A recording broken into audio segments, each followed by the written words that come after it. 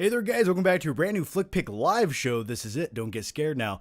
I originally thought it would be really cool and awesome and a little bit, add a little element to the live show if I wore these 3D glasses. It just helps the theme of talking about movies with that retro vibe that we all love. And plus I feel like the kid from Zombies Ate My Neighbors, except I don't have a squirt gun right now. But I actually can't see anything with these. Like I'm trying to read text and it's like drunk driving at its finest. So no thank you, not today. And by the way, I'm wearing a t-shirt of myself because that's how fucking cool I am. And thank you guys once again for joining me for a brand new live show where we get to talk about whatever you guys want to talk about. Whatever questions you guys ask, that's what dictates the topics that I talk about. So with all that said, let's open up a caffeinated beverage. I'm ready to go. It's been a long day, but hopefully it's an even longer night with all of you. That sounds weird, but let's take a sip of this. Yeah, how's everybody doing? It's good to be back. All right, let's double check the audio. Okay, sounds good. All right, let's just dive into the questions here. We have one earlier from Thomas Jones.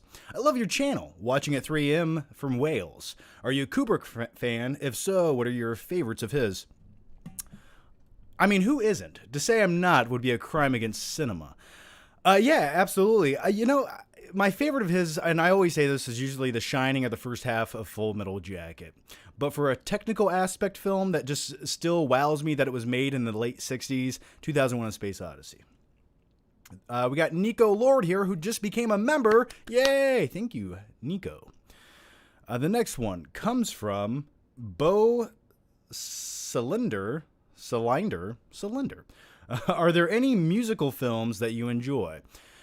Well, define musical. Are we talking about singing and dancing in the rain, or are we talking about Willy Wonka and the Chocolate Factory, which made me want to instantly become a billionaire and buy Oompa Loompas? Yes, I did. I enjoyed those. I enjoyed La La Land the first few times I saw it. I don't really have a strong urge to rewatch it. The Wizard of Oz is probably one of my favorite, most creepy musical films ever made from the 1930s.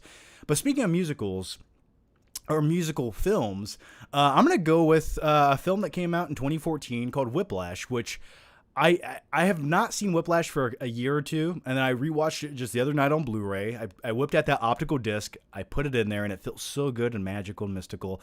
But J.K. Simmons in that movie, oh my god, talk about a non-PC character / villain that just would not be put into a movie today. Just some of the shit he was saying in that movie, I was like, just like 6 years later, they could not make this again. And it's a film about a jazz student playing the drums, but it's one of the most intense films I've ever seen. It's just a kid playing the drums. The fact that they could make that come across as intense as they did, when I watch that movie, I get dehydrated. I need to drink like a gallon of water and a Red Bull just to keep going. But so yeah, I think Whiplash, if I had to pick like a musical film, that would be one of my all-time favorites. Sorry if I'm a little bit sweaty, by the way. Right before the live show, I was sort of cleaning up the Flick Cave in here, and I had to run some trash out to the garbage bin. It's raining out. I almost slipped and fell because I was wearing flip-flops. I ran inside, took a shower. It's like 95 degrees in here right now because the AC just randomly kicked on too late, and it's a little bit humid. So forgive me if I'm sweating profusely, looking like I'm covered in baby oil, like Arnold from the 80s movie Predator right now. So just, it'll be okay. Oh, man, I'm dripping. All right, the next question. We have E Phil Dead. Have you heard about the Metal Gear Solid movie by Jordan Roberts? Have you played the games? Thoughts? I played that game maybe once or twice over the years. See, growing up, I didn't get a PlayStation until PlayStation 2. And then I don't think I got a PlayStation 3. I think after that I went to Xbox. But anyway, I have played the first few earlier games. I thought they were cool and fun. I was never like hardcore into them, but I always thought they were kind of cool. I think I always thought it could lend itself really cool to a movie. I don't know much about it right now, but I think if you just got the right director, it could be awesome. Like I always thought if you got like, if you made a Metal Gear Solid film in the same like serious tone, like you took it ultra serious, you gave it the most cinematic feeling you possibly could, and almost gave it like that Sicario vibe meets Metal Gear Solid, that would be phenomenal. That's something that I would like to see. That's just the sort of the tone, but all right, the next one comes from Jack Lame. Hi, John. Who is an actor you'd like to see in a future Tarantino film? For me, it would be Sam Rockwell. Yeah, I like me some Sam Rockwell. He's always a good supporting character. I mean, I love him in the film Matchstick Men. I loved his small cameo in the original 1990s Teenage Mutant Ninja Turtles film where he plays a street gang member. That was always phenomenal. If you don't know what I'm talking about, go watch Teenage Mutant Ninja Turtles again. Oh my god. Okay. But if I had to, yeah, I think Sam Rockwell would be good. If I had to pick an actor I'd like to see in a Tarantino film, maybe like Jake Gyllenhaal, I think would be good. I mean, Christian Bale has yet to be in a Tarantino film. That would be good. I'd take either two of those. And thanks for the question. The next one, Michael Lay. How's it going, Michael? Greetings, John. Thanks for suggesting the Three Musketeers 1993. I had an absolute blast with it. Yeah, the 1993 Three Musketeers film is such just a whimsical film experience. Now, do I stand by the film being great? No, I do not. Do I stand by it being entertaining if you have a childlike heart and sensibilities? Absolutely. Now, for me, I've always liked time period movies, and I like Oliver Platt. And this movie has both those things. It's just fun. I think it's one of the better Three Musketeers films we've ever had. I mean, honestly, it's probably the last great Three Musketeers film we've had. The newer adaptations were just complete garbage, to say the least, directed by the same dude who directed the Resident Evil movies, but coincidentally enough directed Mortal Kombat from 95, which I love. So yeah, if you haven't seen the Musketeers from 1993, definitely check it out. I've shared the story once. It's on my channel right here. It's actually a clip I took from a live show. But I talk about the time I went to see Three Musketeers with my dad and uncle, and I almost died. That's a true story, completely true. Go watch that video if you get bored sometime. But I almost did die. I almost choked to death. All right, the next one comes from Justin Martin. Hey, John. Sometimes I shiver at the thought of my child liking the Disney Star Wars sequels more than the originals one day. Thoughts? That is a scary thought. Now, if you think it's going that way, what you have to do is simply sacrifice that child. Take it to the top of a cliff or to the edge of a mountainside and on a rainy, stormy night, and as soon as that thunderbolt crosses the sky, sacrifices must be made. Or you can drop it down on like a nearby well or something. If that, I'm kidding. Yeah, that's a weird phenomenon because I have talked to many people and a lot of newer generations of kids growing up who sort of grew up on the prequels. Those are the Star Wars movies that they talk about and they reference, which is I don't know. It's just like sort of like. It's like raising a new generation of people to like something that's not as good, in my opinion, mediocre, but to them, that's the normalcy. And whenever you make the normalcy of your life mediocrity, then you don't know what good is. And I think that's the problem with Hollywood today. And that's why I'm running for president. I would just say your mission in life now, for that small child, is to raise them. And you need to almost like eradicate the prequels and the new adaptations of Star Wars. Erase those. They need to live in a reality where they only know episode 6 through 9. That's all they should know. Or, I'm sorry, 4 through 6. Yeah. But anyway, good luck with that. That's always my fear. I always had this fear if I had kids, like they're going to like Terminator Genesis more than Terminator 2 Judgment Day. And I'm like, whose kid are you? I don't know you anymore. And that's where I disown them. And then we go on the Mari show. Let's go to the next question here before it gets weird. Ricky G Review says, impression of John Campea doing his first OnlyFans episode would make my night. Love your streams and Campea and Campers impressions. Don't make me do it. I don't have it in me tonight to do a good John Campea impression. I like John Campea. I do. He's very informative. He makes very well, technically speaking, live streams, and he's pretty good at it. What was it? I don't even know his OnlyFans.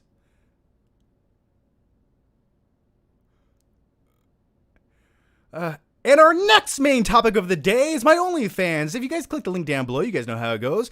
So I was talking to Ann the other day, and I came to the conclusion maybe I should start an OnlyFans. Now, hear me out just for 1 second. Now, listen, this is just a grain of tidbit information I got from a leaked concept from somebody who knows somebody in Hollywood whose brother, sisters, cousins, second cousin told me, but I'm going to share it with you guys and make it the topic of the video. So I was thinking about an OnlyFans, and I was thinking if I could just ride a unicorn holding 2 dill pickles in my hands, it would just, I don't know. That's all I got. Let's go to the next one. I'm so I'm sorry. I like John Campion. I do. He's great. Skateboarding versus movies. Pick a film, psychopath, to kidnap you for 2 weeks. Who? It's starting strong tonight. Let's be honest. It's getting crazy tonight. Listen, if I was kidnapped and I was going to be tortured by a sociopath or a psychopath, you guys like the dill pickles, did you? I would, it's hard to say because listen, I would go with Buffalo Bill, but be honest, if you're going to be kidnapped, do you really want to be put down in a cold well that's all damp and clammy looking up at some guy tucking his wiener between his legs? No, you do not. No. So you want to go with something a little more fun. God, who do I want to... I would like to be on Patrick Bateman's sofa as my feet are touching like a plastic tarp as he's making like drinks in the background, wearing a raincoat with an axe, but I don't know what he's doing, but I'm really just enjoying the moment because I'm listening to some like really good 80s music. So probably Patrick Bateman. I'll go with that. And thanks to all the members joining us today.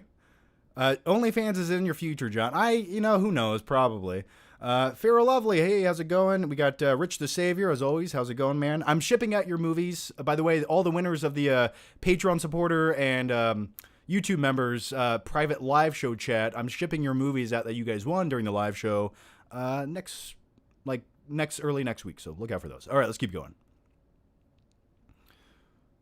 Skateboarding versus movies. Pick a film. We already answered that. Carter Lovejoy says, since you say the worst 4K Blu-ray so far is T2 Judgment Day, what's a movie or show that has the worst standard Blu-ray? I'm going to go with, I think it's 28 Days Later.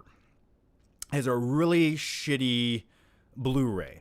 Now, it's not only the transfer that's sort of junky, per se, but it's also just the way the movie was filmed. Now, 28 Days Later, from a technical standpoint, was shot with, it was an early digital DV way of filmmaking. So they shot with little digital videotapes, I believe. And those alone do not transfer to a big screen very well. They look soft, blurry, fuzzy. It's a really bad way to film anything unless you're making like a documentary in the early 2000s. So when they transferred that to Blu-ray, it just looks bad. I mean, I would almost say 28 Days Later on Blu-ray looks worse than the DVD. And had it ever been on VHS, it would probably still look, the VHS would look better. So I'm going to go with that one. Carter Love, why do I keep going to these? Okay, winners F the Prom Queen. We talked about the best movie universe. What would be the worst movie universe to be in? I mean, off the top of my head, I would say like the one from 2012 with John Cusack. I mean, think about that shit. You're just sitting there eating, potato chips or eating dill pickles or whatever. Or I don't know what you're doing. You're drinking a Bang energy drink, making a live stream, and all of a sudden the earth just starts crumbling in half. Just in swallowing itself whole? No, thank you. That just looks awful. There's nowhere to run or hide in 2012 unless you have like a large ship that can go to like Africa like they do in the end of the movie. But I think 2012, just a big natural disaster movie where there's nothing you can do to escape that situation. That would be pretty awful. Yeah. Yeah, I'm going to go with that. I was going to pick like a zombie apocalypse movie, but no, like I feel like I could at least have a chance if there's a zombie apocalypse. Like I have a chance. Like what I would do is I just wear like knee pads, elbow pads, a hockey mask, and have a weed whacker running around outside. That's how I would survive. And that's what I do typically. But yeah, I think like a natural disaster movie where you just cannot get away. That's the universe I would want to be in. I'm curious what you guys think about that though. Which movie universe would you not want to live in? Yeah, World War Z would kind of suck because those zombies run a little bit too fast. I'm sorry. Like, you just, come on. All right.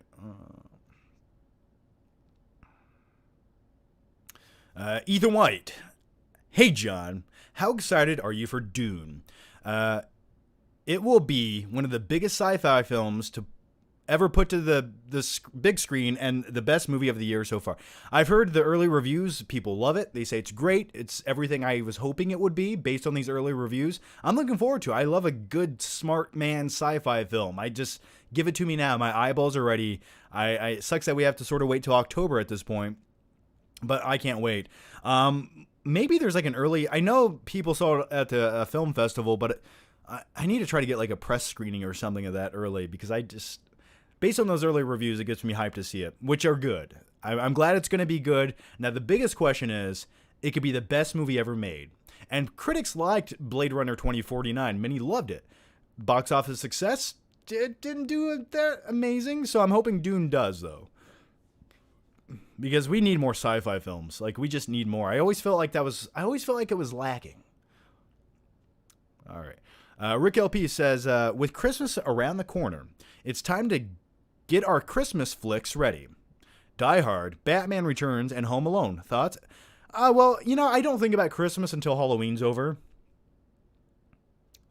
So I'm thinking about Halloween movies. I have Hocus Pocus on the mind, the original Halloween, Nightmare on Elm Street 3, Dream Warriors. That's what I have ready to go. After that, then my brain goes to Christmas. I like to smell cinnamon. I like to wear Christmas sweaters, drinking eggnog by the fireplace. That's when I start thinking about those things. But absolutely, every single one you just named, I will watch around Christmas.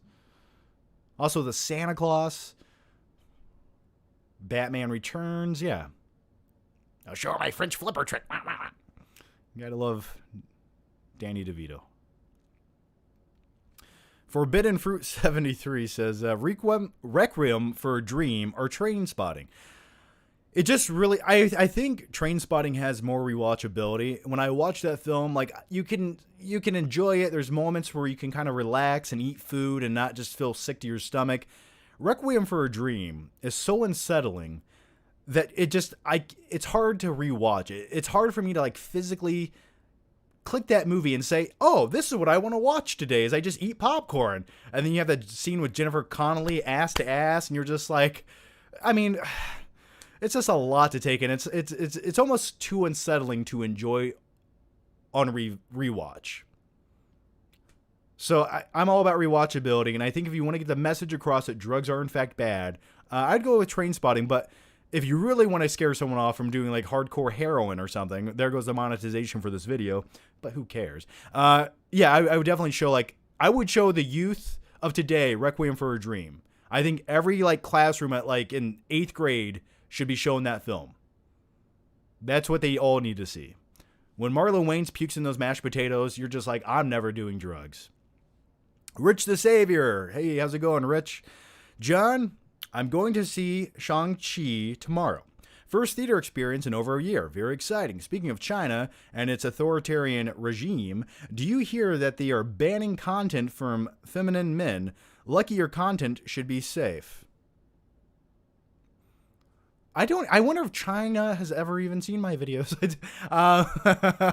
But either way, they also are, what else did they implement in China? They said that you could only play like 3 hours of video games per week. Also, because they feel like the men of China are becoming weaker, more feminine, they have like extra gym class. Here's all I say. If you want to fix this problem, China, and take it from me, all right? Take it from me. I know what I'm talking about. Just show the generation of up and coming men of China. Show them 80s classics like Over the Top, Predator, Pumping Iron. Give them a bottle of baby oil, some dumbbells. You don't need all this other shit. That's all you need. You need 90s action films, some weight, and baby oil. That'll make them instantly tougher. That'll increase their testosterone by 397%. That is a guaranteed fact from me to you, China. And I know the Chinese government watch my videos, okay? I know they all sit around and watch them. So that's what I would do. Claudia Rogue John says, God, I'm feeling feisty tonight. I'm sorry, guys. Am I coming across a little feisty? Maybe I need to calm down. I'm angry today. And you get me talking about communist China, that's when the anger starts pouring out. Claudia Rogijon says, nobody has seen The Three Musketeers 1993. Just say these 5 words. Tim Curry, the villain, that's all you need. Yeah, in fact, Tim Curry is the villain. Yeah, he's a great villain in that. Just eats up the scenery. I love it.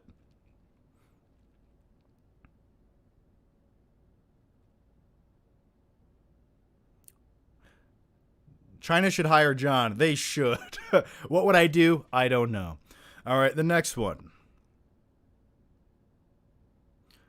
George Ray says, are you a fan of Kubrick's Clockwork Orange? If so, are you excited for the upcoming 4K release? I did request the 4K release. I do get early emails for some Blu-ray movies. I did request it. Clockwork Orange, I've seen it 2 times.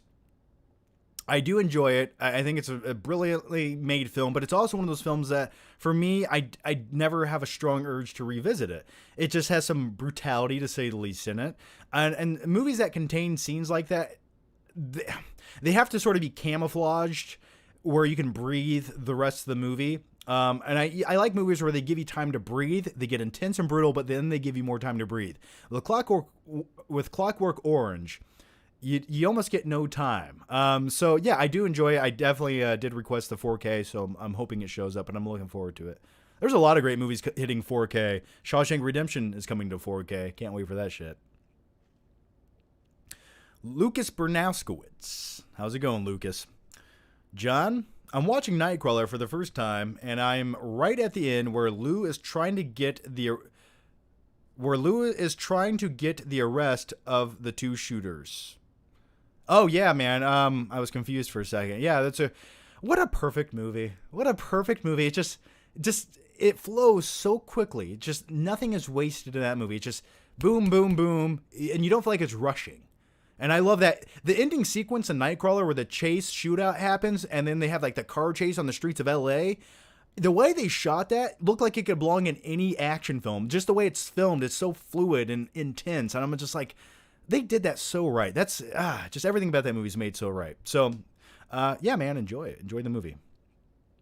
I just love movies where the ends justify the means. He was just a guy trying to make it in life.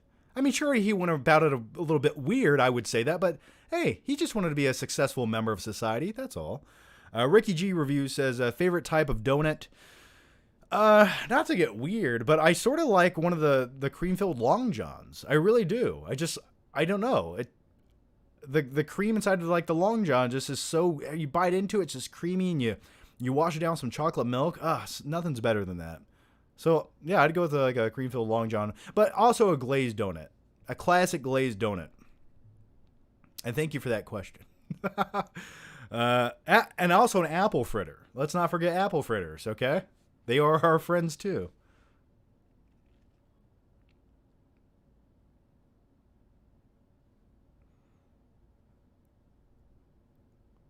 All right.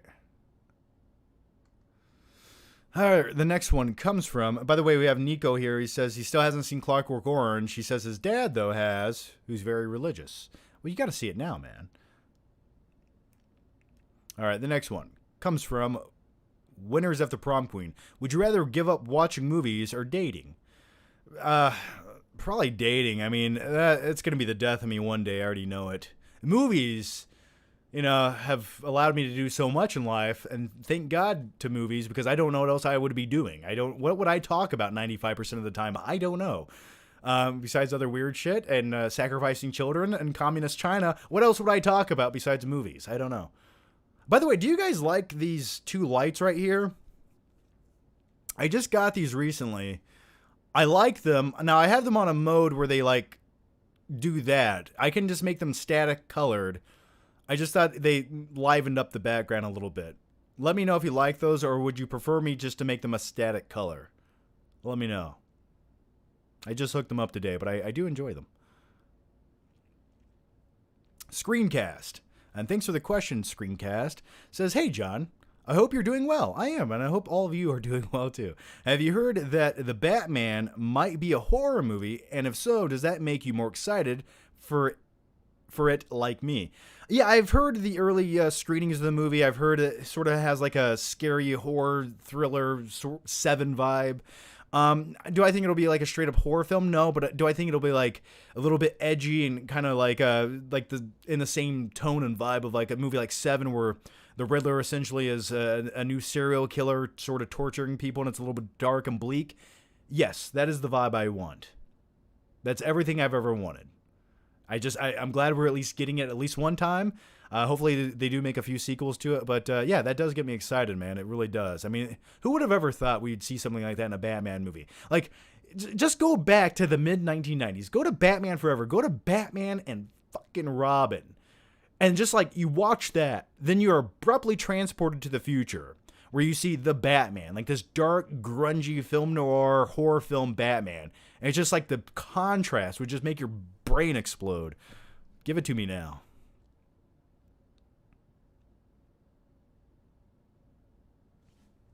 Okay. The next one comes from Matthew. Top Gun Maverick opens identically to the first film. Text Danger Zone Top Gun theme. Do you think being that on the nose is beneficial to or detrimental? Yeah, do I think the new Top Gun opening just like the original? No, I mean it's fan service. I don't know exactly how it opens. Didn't they release the first clip or something?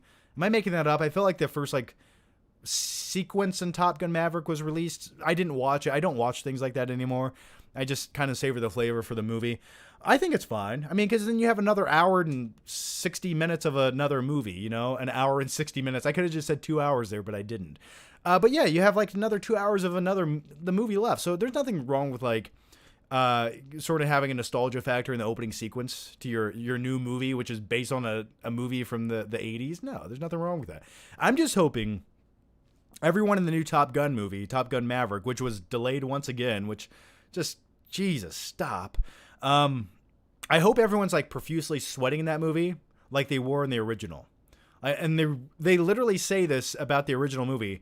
They made all the guys sweat throughout that entire movie because they wanted to up the sex appeal.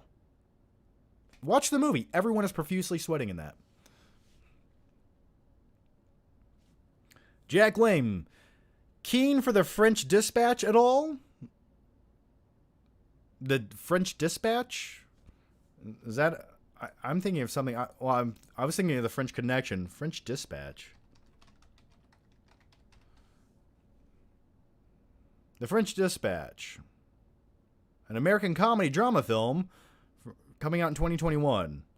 Oh, yeah. Okay. Now I know what you're talking about. Okay, I was confused for a second. Yeah, it's a Wes Anderson movie. Okay. I haven't even looked into this. When's this coming out? October 22nd? Yeah, there's like 3 Wes Anderson films I like. One of them is like the Royal Tenenbaums, but now I remember seeing a trailer to this. Yeah, I'll probably check it out, sure. The next one comes from Mason Arnold. Hey, John, I know you love Metallica, but how do you feel about the album Death Magnet from 2008? Personally, it's one of my favorite albums of theirs. I liked Death Magnet. I remember buying it like day one because I was a huge Metallica fan. Now, it's very different than what you're used to from previous Metallica things. I thought it just didn't sound like as epic, or it just, you know what it felt like to me? It's like when you have a huge, big budget, $200 million movie. And then the sequel to that movie costs like $14 million. It's like they tried, but they just didn't have the money to do what they wanted to. Now, Metallica had more than enough money that they needed to make a good sequel or another album. But to me, that's just how the album felt. It was like missing like the really cool solo guitar riffs. Something about like the epicness and the tone of it. It just, the sound sounded more like a garage band or something.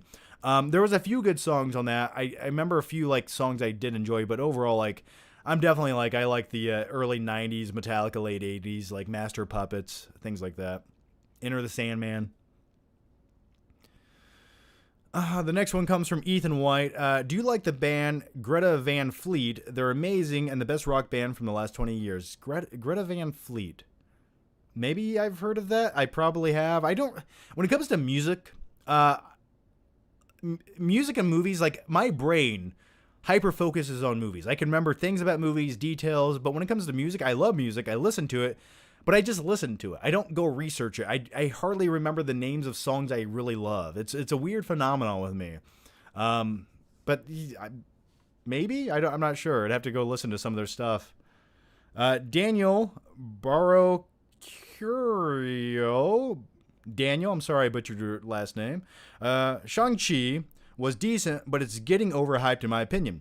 Second act dragged way too long. Also, do a John Campy impression watching The Fanatic. I think one John Campy impression per night is enough. But I will say, I did enjoy. I have a review. I do have a review. I have a review for it. I swear to you. I had a sponsor on it, and it's taking longer to get approved than I wanted to, but it's coming. Shang-Chi, I enjoyed it. Now, the second act, there was and no spoilers, I did enjoy the movie. The second act, though, there's definitely like a 15-minute segment in there, and the introduction to a character that you've seen before, and I just didn't think it was completely necessary. Now, they needed it there to sort of give exposition and why this can do this and lead them from point A to point B, and I got that, but I was like, oh, that really bogged it down just a little bit for me. But I did enjoy it. I think the hype it's getting is deserved, because when you think about it, like, it's a good origin story. The script to me overall, like, I would say 90% of the script, it's one of those movies where, like, do you ever watch a movie and it's just like, they don't explain how this or that happened or how the bad guy randomly showed up to confront them? I was watching very closely with Shang-Chi, and it explained every little detail. Like, there were some scenes where I'm like, okay, that was kind of, they better make sense of that later. And they do. And I was like, wow, very rarely do they do things like that nowadays. And I really enjoyed it. I thought the first act was great. The third act went somewhere I did not expect it to. It kind of does follow that Marvel formula, but no, I enjoyed it. I have more to say, but I'll hold back for now. Lee Joe John says nothing, but thanks for the super chat, Lee Joe. Thanks, man. Ask a question, though. Moa Hawk says nothing also, but thanks for the super chat. Ask some questions. Maybe you guys didn't type in your super chat there, but if you do have a question, make sure you ask. Did you enjoy the Loki show? I watched the first 4 episodes, and I think if you just watch it for what it is, I think you can enjoy it. For me, it's just the Marvel universe is sort of getting to like such a paradox where there's 9,000 different universes of everything, and there's no longer any consequences. No one dies anymore. Anyone can just come back. There's a multiple version of you somewhere out there. So for me, that sort of like takes a little something out. But anyway, yeah, I like Tom Holland, but some of the Marvel shows, I watched the first few episodes, and I'm like, I get it. I don't know. I lose interest in them very quickly.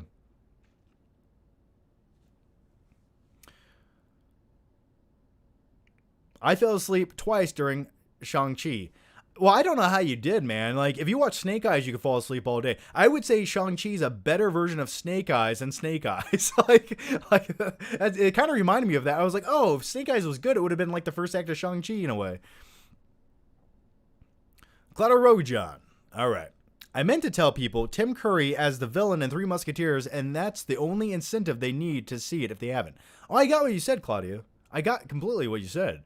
Yeah, I mean, if you don't want to watch Tim Curry playing a villain, then I don't know what else to say to you, other than Oliver Platt in the movie as well. But thanks, man. Sano says, thoughts on John Cena apologizing in Mandarin. I mean, he was definitely making a ploy to cater to a certain regime of communists that may not release his movie that he makes some kind of return on the box office. So he was trying to appease and smooth things over in another country to get their movie released there. I get what he was doing. He was doing it for business purposes, because you got to get that box office money, baby. But yeah, no, fuck that. Like, you're going to apologize to communists? I'm sorry, communists who torture their citizens, but can you please release our Fast and Furious action movie? Please? I'm sorry. I'm so sorry for something I did. Yeah, no. I'm sure like his PR company told him to do it or something. I don't know.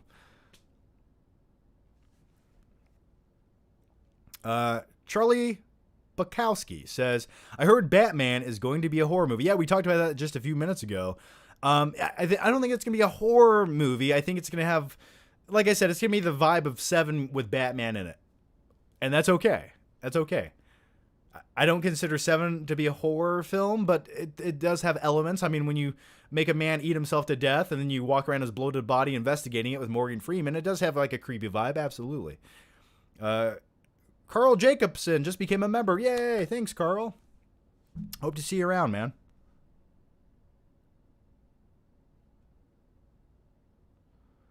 Claudia Rogajon says Tom Huddleston? Who the fuck's Tom Huddleston? What are you talking about? All right. Brooks Shannon says, what's the most disappointing movie? Not necessarily the worst, but the one that let you down the most. Where do we start with that question? And as I answer this question, everyone in the chat right now watching, because I like to get a group discussion going every once in a while, I want you guys to let me know what some of your most disappointing movies of all time were, or disappointing sequels. And with all that said, I will answer. I'm going to say The Matrix Part 2, then Matrix Part 3. Just each one got progressively worse. Those are very disappointing. Terminator 3 was disappointing. Terminator Genesis was disappointing. Terminator Dark Fate was beyond disappointing. I felt insulted, and very rarely can you ever insult me. But they did it in Terminator Dark Fate. In the first 2 minutes of that movie, I felt like they reached through the screen and slapped me in the face and said, fuck you, here, give me your money. That's what I felt like. So those are just a few movies that highly disappointed me. Now let me know. Oh, Transformers 2 from Rich the Savior. I do agree. I literally skipped work. I left. I said I had a doctor's appointment. I left at lunch to go to a 1:00 showing at Transformers 2 in the afternoon, and watching that movie with a giant transformer with crane balls. I was like, what have you done, Michael Bay? What have you done to me? DJ Run says The Dark Knight Rises. We have The Last Jedi and Rise of the Skywalker. Rise of the Skywalker was very disappointing. The Last Jedi, disappointing, but had a few redeeming qualities. But man, yeah, Skywalker. I didn't have high hopes for it, but I couldn't believe how bad it was. Someone said Knives Out. I would disagree with that. Godfather 3, yeah, disappointing. DJ Crackmix says Endgame. I will defend Endgame for the rest of my life. I think that's what it should have been. Horror Fiend says Iron Man 3. Yeah, Iron Man 3 was very disappointing, though they try to fix some mistakes. I will say that in a newer movie. The Hobbit. Yeah, I hated the Hobbit movies. Oh, yeah, The Predator. Yeah, 2018's The Predator was one of the worst sequels in the history of sequels. You have Terminator Dark Fate, and then you have The Predator side by side. The Predator, to me, I just feel like they intentionally were trying to make the worst movie they could. I don't know why. Batman v Superman. Yeah, it's the thing about Batman v Superman. Let's just talk about that before we go to the next question. It's so unfortunate. You watch that movie. Like when I watch Batman v Superman now, there's like scenes that I really enjoy. There are moments in that movie where I really enjoy the way it looks. I'm like, this is what I wanted. And then Jesse Eisenberg comes on the screen. I do say good day, sir. Want a Jolly Rancher? And then I'm just like, what the fuck is this? And then I fast forward it like 3 chapters ahead, and then I go to like Bruce Wayne working out in the Batcave, and I'm like, ooh, this is good. And then I go to like the Batman warehouse scene, and I'm like, oh, this is pretty good. And it's just, there's so many great moments and so many other terrible moments that just like, that movie is like a roller coaster ride of disappointment and being slightly entertaining.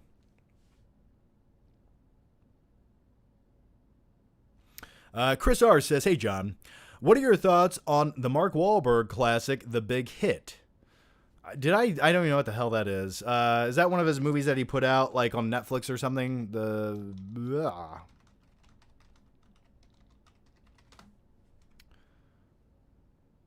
Oh, it's 1998. What?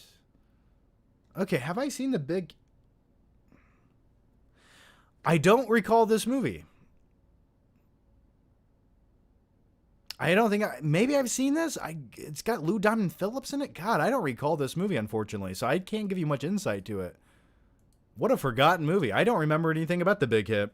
It came out in 1998, so I don't remember anything about it.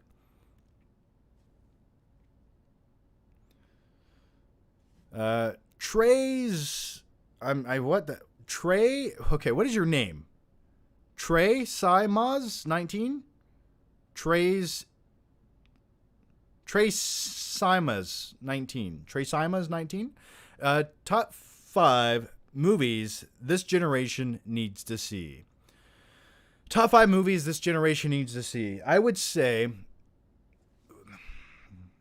that's a broad question. That's a broad question.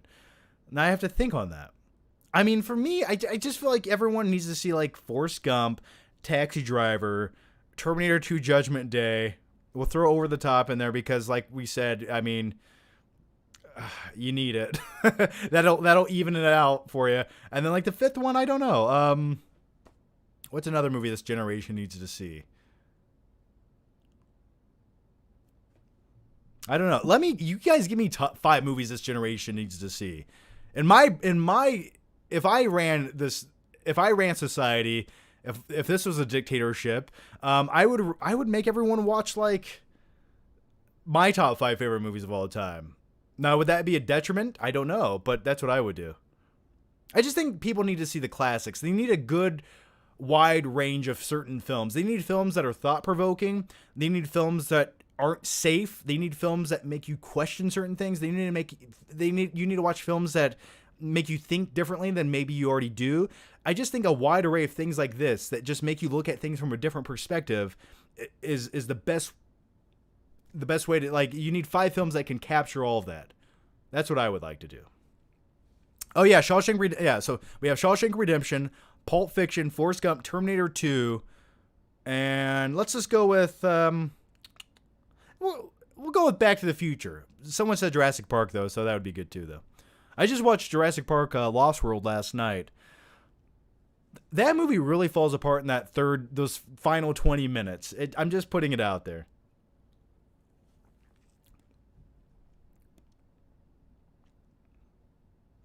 All right. Funny House says, what's up, John?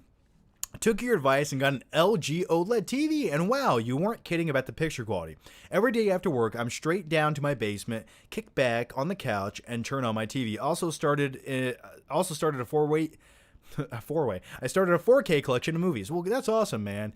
Yeah, nothing looks better than an LG OLED TV. I mean, an OLED TV, if you want contrast and you want the brightness and you want the darkness and you just want perfect picture quality, that is the way to go, I assure you. I mean, if you can afford it, it is the way to go. Don't say I never try to help you. Yeah, absolutely, man. That's awesome. And yeah, 4K, nothing looks better than 4K movies on a OLED.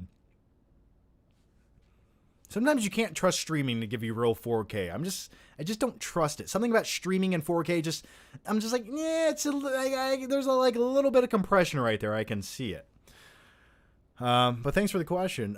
Enjoy that TV. Carter Lovejoy says, favorite studio fanfare, 20th Century Fox or Universal? Favorite studio fanfare?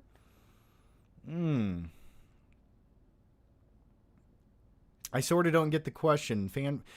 I mean, are you saying which studio has released more stuff I'm more of a fan of? Ah, man, I might have to go with Universal on that. I think, well, I'm trying to think. Fox.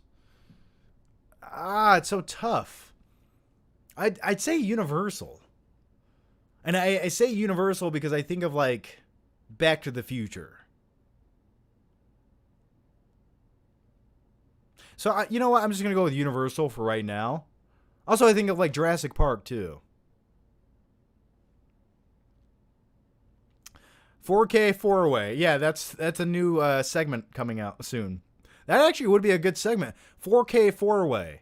Where I pick 4K movies and we debate about which one's the best and why.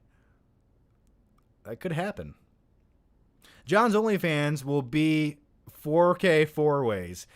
It could. I'm not going to lie to you, that sounds pretty enticing. And now I have a backup plan. Joshua Garrison says one of the movies today's generation should see is Halloween 78. I do agree. Insert alias here says, Walken impression, but talking about the car wash.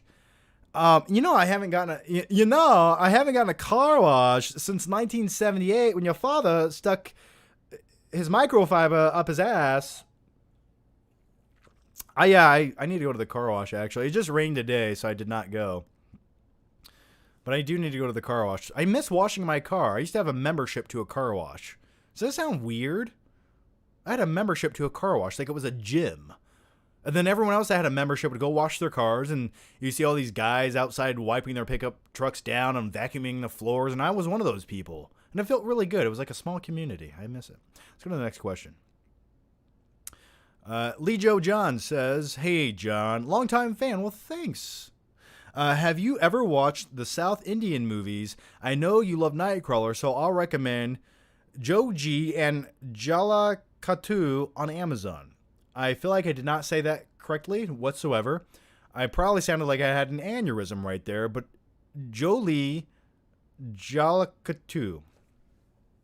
I'll look into that, man. So you say if I like Nightcrawler, I'll probably enjoy this. Okay, I'll definitely at least watch the trailer to it and see if it gets me enticed to finish it. I'll look into it. Yeah, this newest, you know what today's generation need to watch? Speaking of movies they need to watch, just watch The Fanatic. They'll think that's just, you know what you should do with your kids?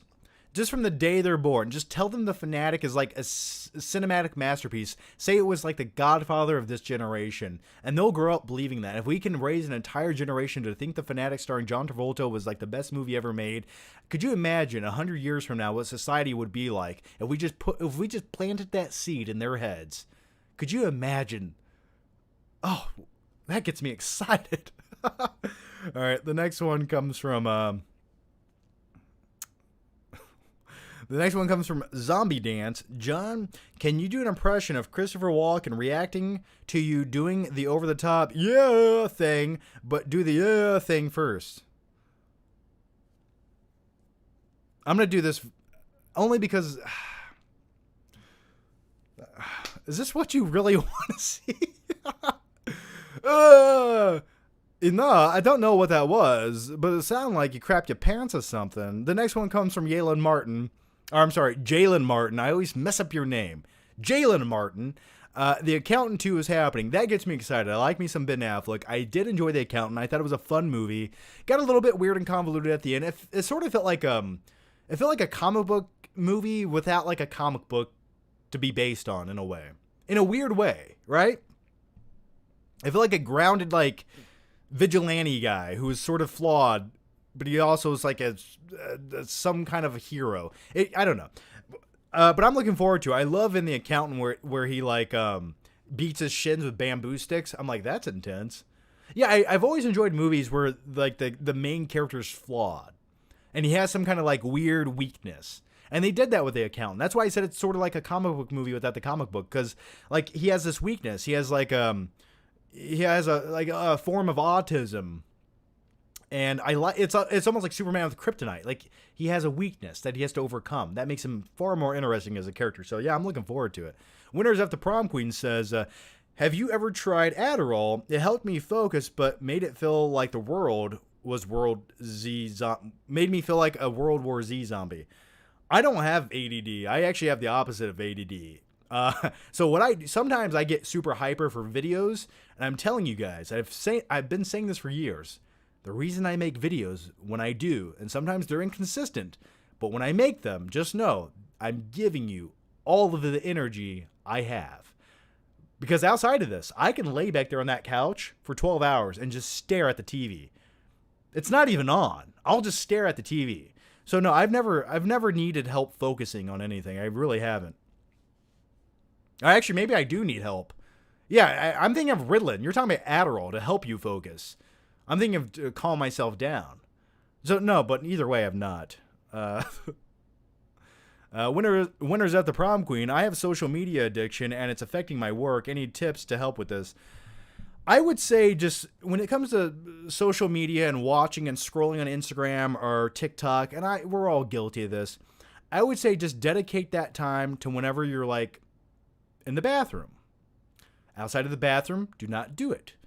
So what's going to happen now is your number twos are now going to take 2.5 hours because you're just going to be scrolling on TikTok. I know how it goes, man. But I would say just you got to have time to dedicate to it, like a time and a place. Or else you're just going to waste so much time. Nothing. But don't waste time with my live streams. This is not a waste of time. You should watch this. This is beneficial to your life and your well-being.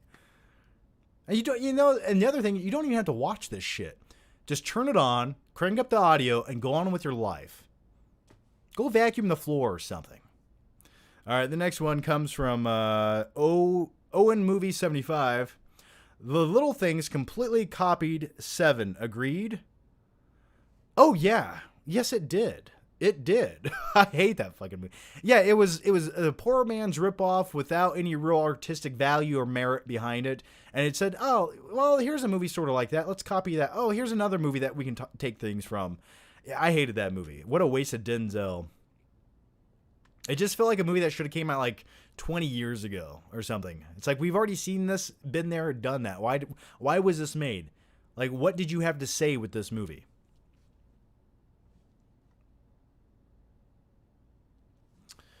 John Lewis says, big fan, name of intro theme from your live shows. Well, thanks, John. The name of the intro theme is... I don't remember specifically, but what I had a membership to a paid royalty-free music site, and I remember typing in like 80s retro music, and it was one of those. So I don't know the name of the theme off the top of my head, but I had to pay to use the song so I could have rights to it. I can't remember the name though. I'm sorry. Bruce Cook says, worst sequel, Independence Day Resurgence. That is a damn good... I always forget about Independence Day Resurgence existing. Yeah, that is also another... Yeah. How do you intentionally make such a bad film? How did they write the script of that and say, okay, well, Will Smith doesn't want to come back. All right, who else can we get? Let's get Chris Hemsworth's little brother, who's less talented and less physically imposing than him. Let's get him to be in the movie. Okay. So what did they do? I don't know. Let's just make this shit up as we go. Yeah, it just... The charisma was lacking. The story was lacking. It's just such an underwhelming sequel. It was just like they tried to go bigger and more bombastic, but I remember wasn't the spacecraft in Independence Day Resurgence like the size of like rather than being the size of a city, they're like, no. We got to make it the size of a planet now. And it's just like, why? Yeah, I have a review for that movie. I don't even remember what I said in it, but I just remember the movie was so bad. I've never had the urge to ever go back and revisit it. What a waste of Jeff Goldblum as well.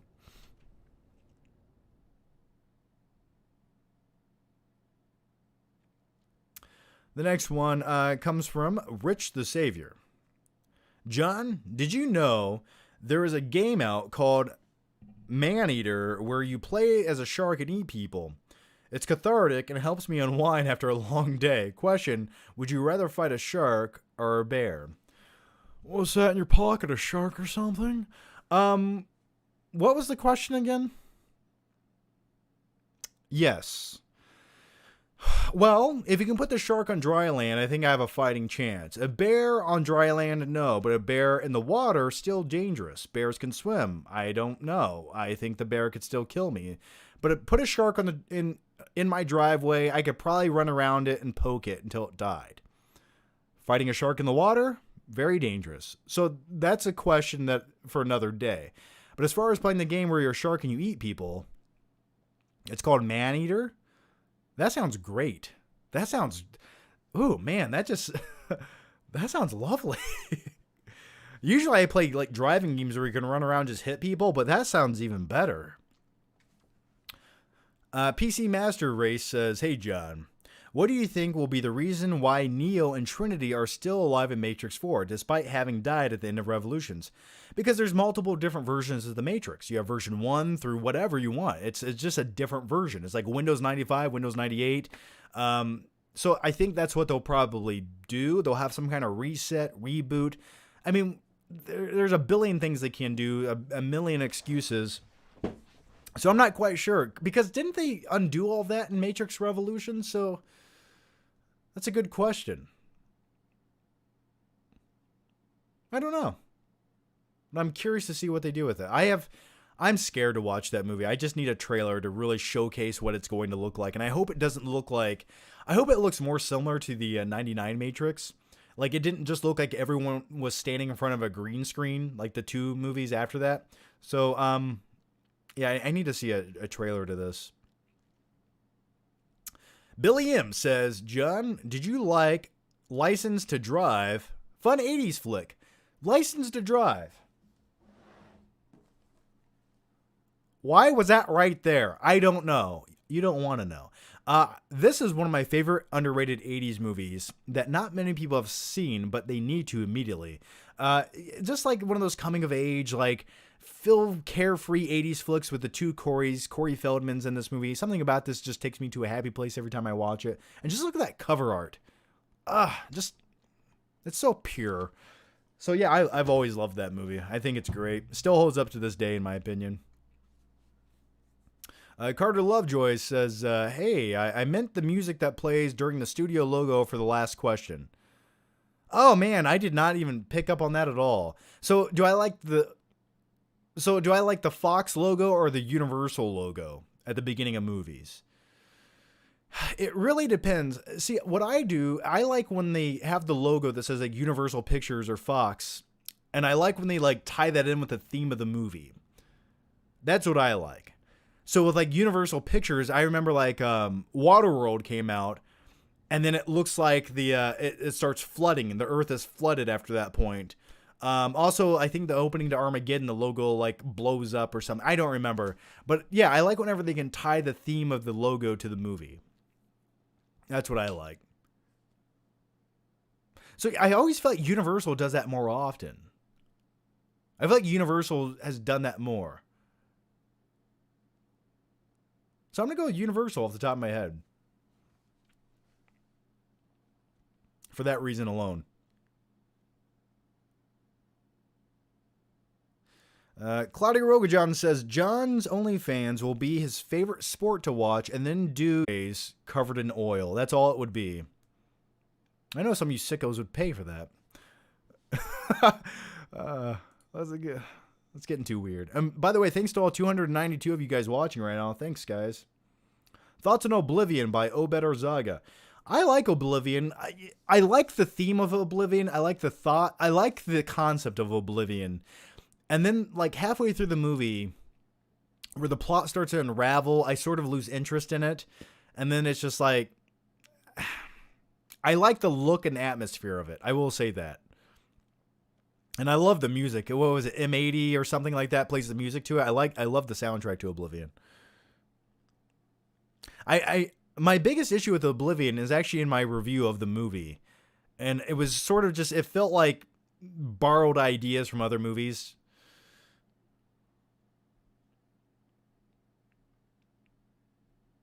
Bryce says, hey, John, hope you're having a good night. Well, you too. Was wondering what your favorite Stephen King books / movies are. Probably Maximum Overdrive, which he also directed. I'm kidding. Terrible movie, but it's sort of a guilty pleasure, not going to lie. I'm going to go with Shawshank. It's one of my favorite, that's like a novella. But I would go with Shawshank. Technically, it's a Stephen King novel. Also, I would go with Stand By Me. I'd go with those two. Oddly enough, when it comes to Stephen King, I've always enjoyed his non-horror film or non-horror film-based novel movies. Not to say though there's not some great ones, like, The Shining, which is sort of different than the book, and many others. But like Stand By Me or The Shawshank are always like my favorite Stephen King. Mid. All right. Mid-level media says, "Hey John, huge fan. Never get to join the live, but the streams are the highlight of my work weekend." Well, thank you for that. Top 3 Gyllenhaal movies besides Nightcrawler. And thank you for joining me. And thanks for the question. Besides Nightcrawler, you got to go with Prince of Persia, Bubble Boy, and easily... No, I'm kidding. Man... I know many people would pick Donnie Darko, and I like Donnie Darko. For me, it's not one of my favorites. I know, kill me now, but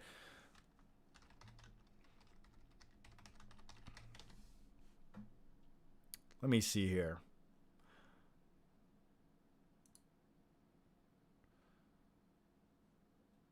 Man, the weird thing about Gyllenhaal is he's been in a lot of great movies, but not a lot of movies like I'd love. Okay, I'd actually say October Sky is one of my favorite Gyllenhaal movies. Let's see, what else do I really like by Gyllenhaal? The Day After Tomorrow.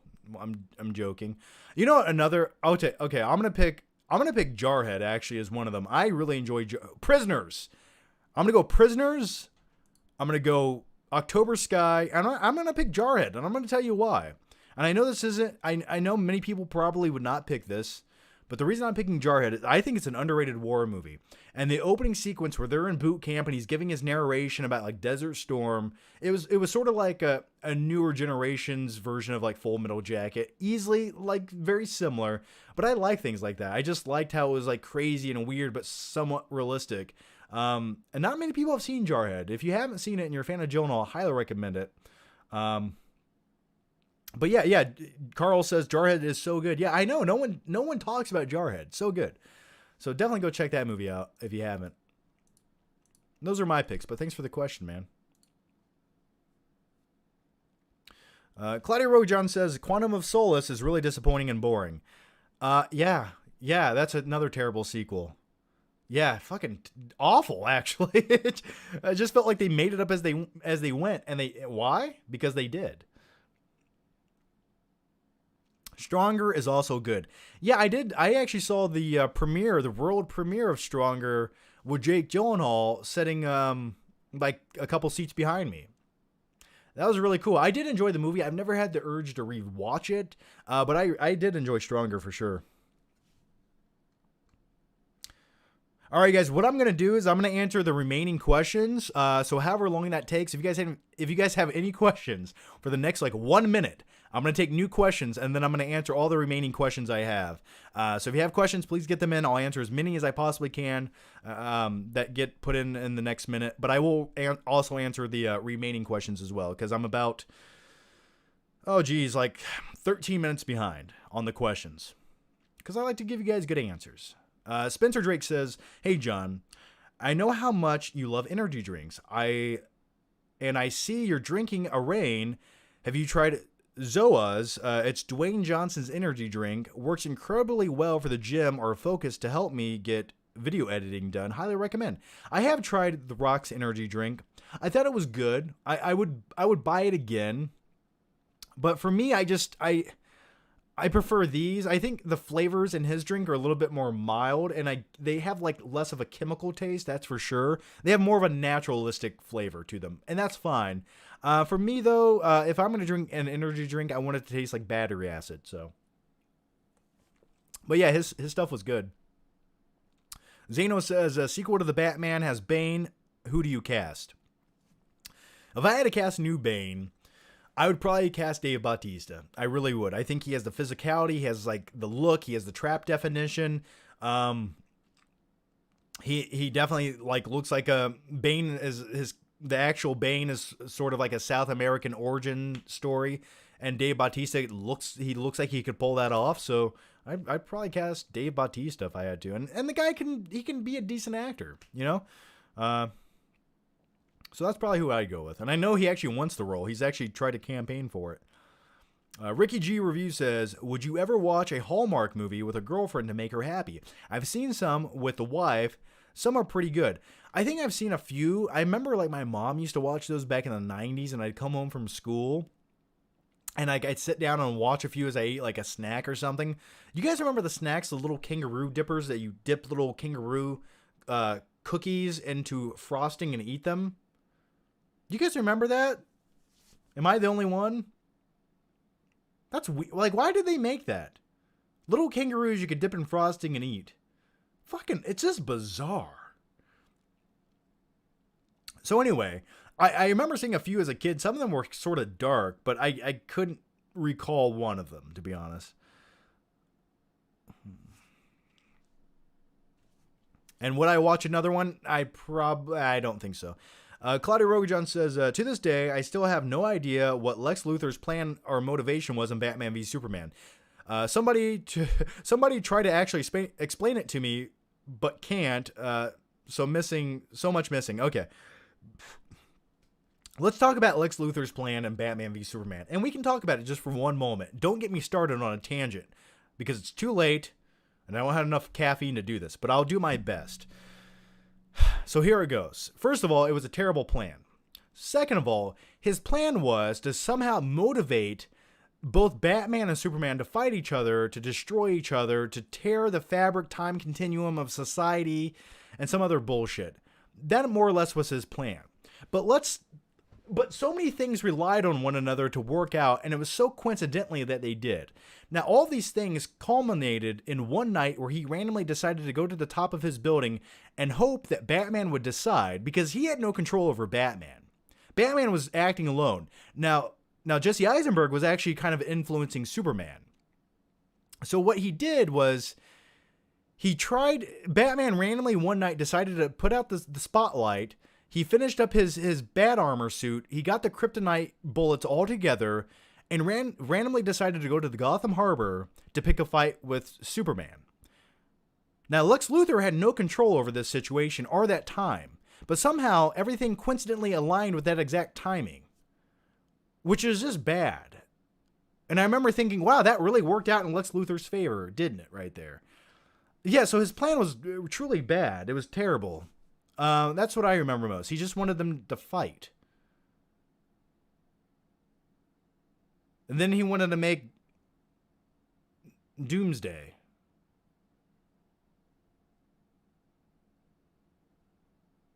Can we continue on? All right. That's what I vaguely remember. Oh, shit. Oh, no. You guys know what time it is. My Razer mouse just died again. It just died. My Razer mouse. My ballistic Razer mouse. The battery just died. On live stream, nevertheless. Thank God I have a whole pack of batteries to put in this piece of shit mouse. Razer mouse products. They're completely garbage. Don't ever buy them. Razer makes junk products. Pieces of shit. Junk company. Don't ever buy their mouse. It's junk. Junk, junk, junk. I can't say it one more time. By the way, did I mention this live stream is sponsored by Razer? All right. Here goes another battery.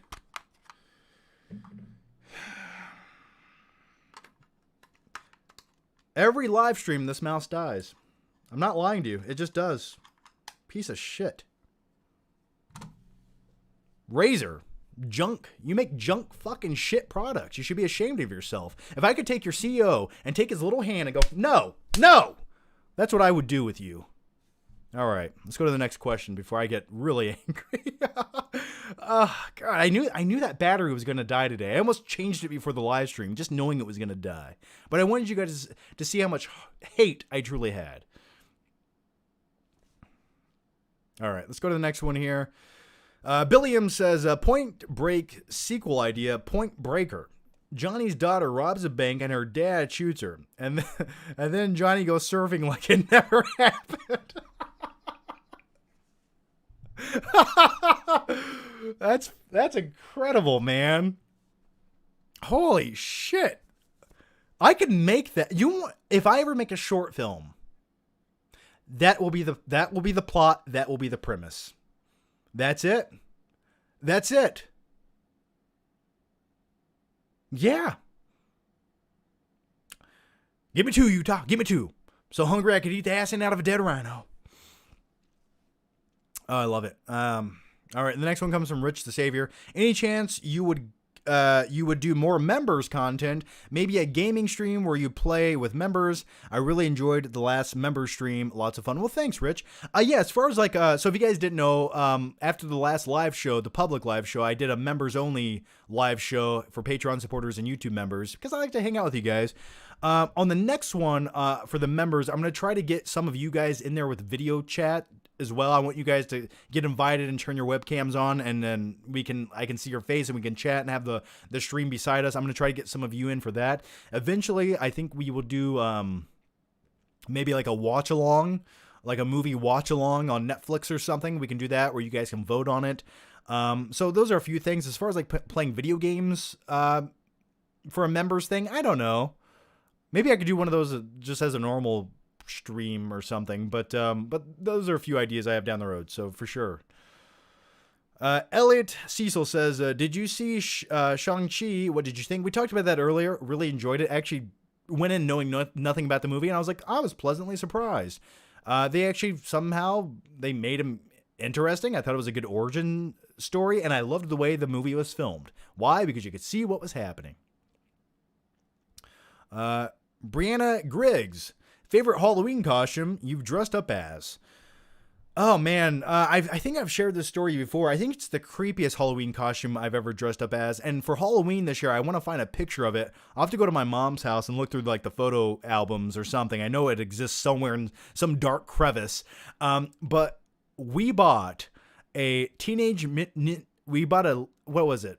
I want to say it was Leonardo, a Teenage Mutant Ninja Turtle, Leonardo homemade costume somebody made. We bought it at like a garage sale, and it is the creepiest fucking thing you'll ever see in your life. And I went out as Halloween on, I had to have been maybe 6, 7, and I did that for Halloween. So let me try to find that picture at some point, and I'll share it on like Instagram or something if I do. I think that was my favorite Halloween costume ever. I would give anything to wear it right now. Anything. Thanks for the question. Winners of the Prom Queen. Can you do a Morgan Freeman impression at the car wash?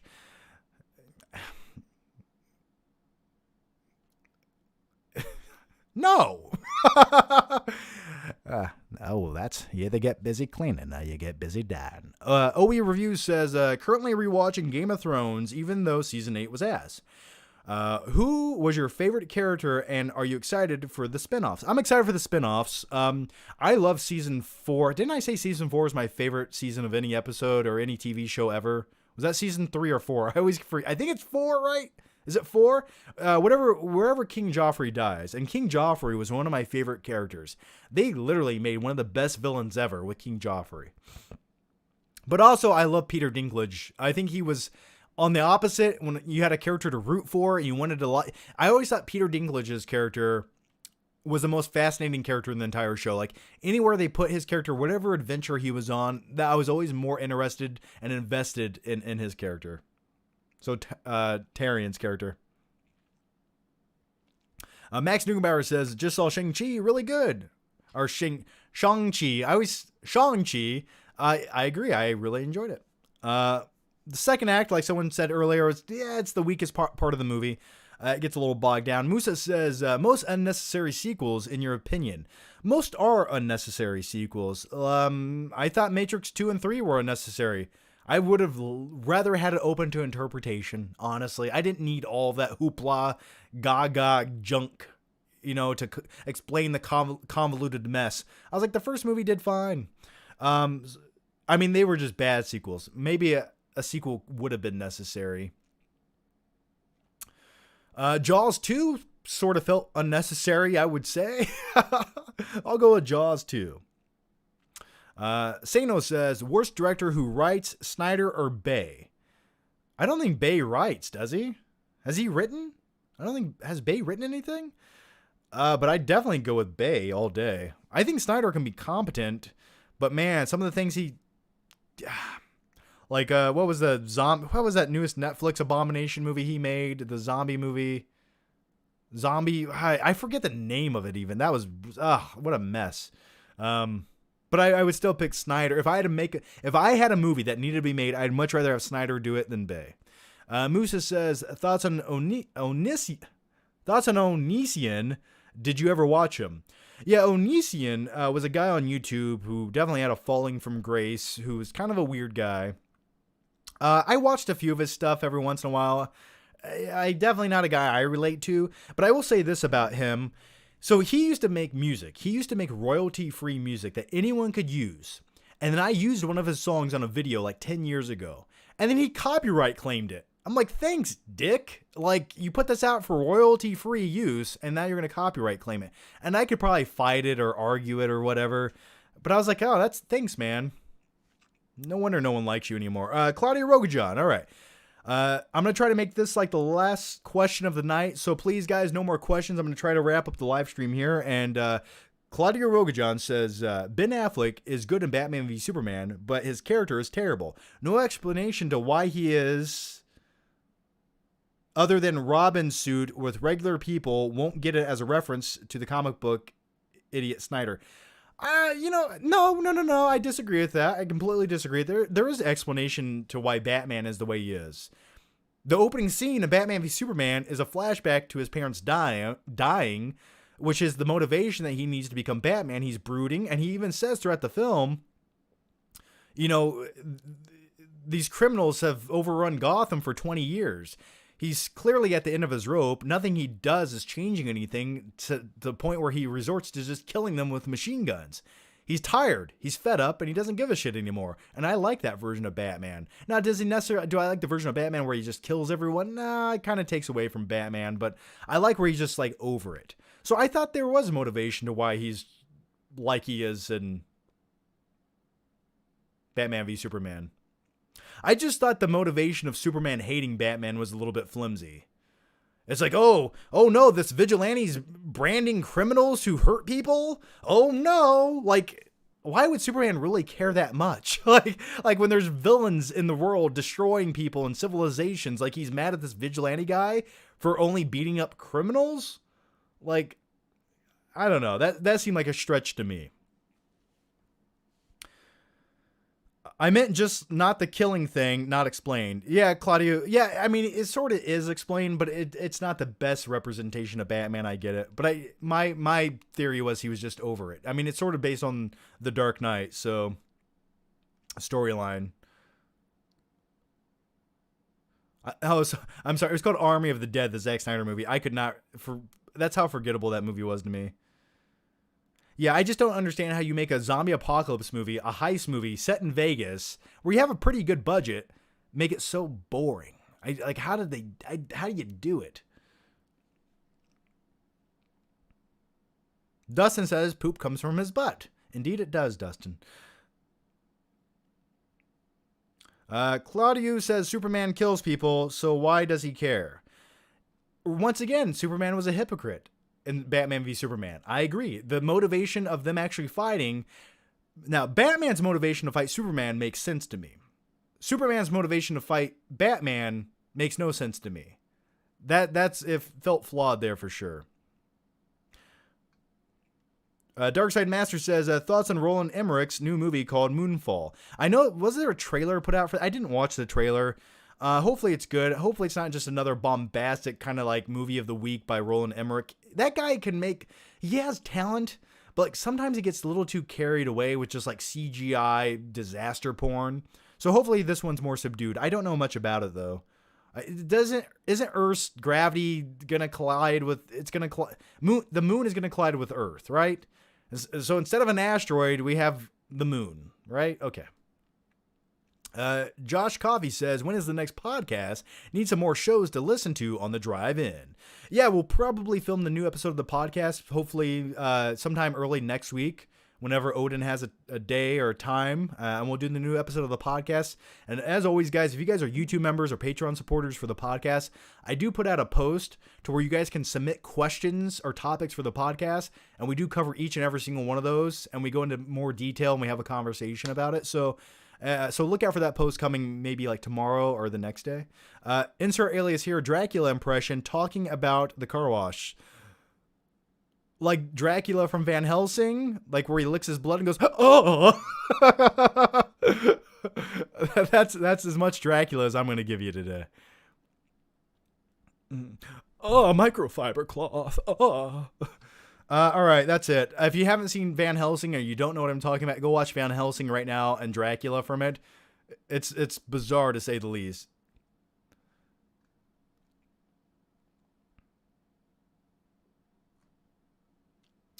Okay, guys, I'm going to wrap up the live show here. I have one more question. Claudio, stop asking questions. Uh, Bats doesn't kill in The Dark Knight Returns, though. Doesn't he kill in The Dark Knight, though? I swear he kills in The Dark Knight Returns. I swear Batman killed. Or in the comic book he did, right? In the graphic novel? I swear Batman kills in that. I'm fairly certain. Joshua Garrison says, did you ever watch The Long Halloween? I did not. I know the animated Long Halloween is out. I want to get it. I've been meaning to get it. I just have not got it yet, unfortunately.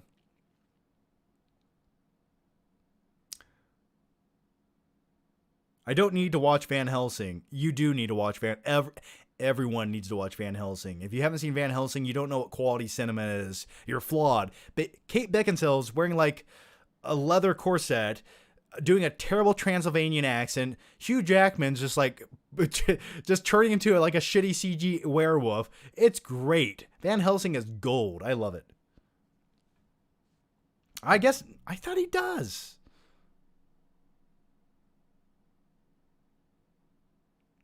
All right, guys, as always, I'm going to wrap up the live show here. Thanks, guys, for the questions. Thanks for hanging out. It's getting a little bit late. I just lost all my energy. I'm going to pass out now. Actually, I'm going to go downstairs and eat some grapes. But as always, guys, give the video a thumbs up if you enjoyed it. Thanks for the questions. And if you didn't post a question, just thanks for watching. It does mean a lot. I will try to do another live show maybe Monday or Tuesday early this week. I want to do like one early in the week and then one in the weekend. I think is like a good time. So as always, guys, once this is posted, leave your thoughts, your opinions down below if you're catching it after it goes live. I always like to know what you guys think. Let me know what you guys would like to see in the next live show. If you guys have ideas, suggestions, I'm always here, always listening. But as always, stay safe, guys. Have a good night. And until next time, stay safe. See you next time. Bye.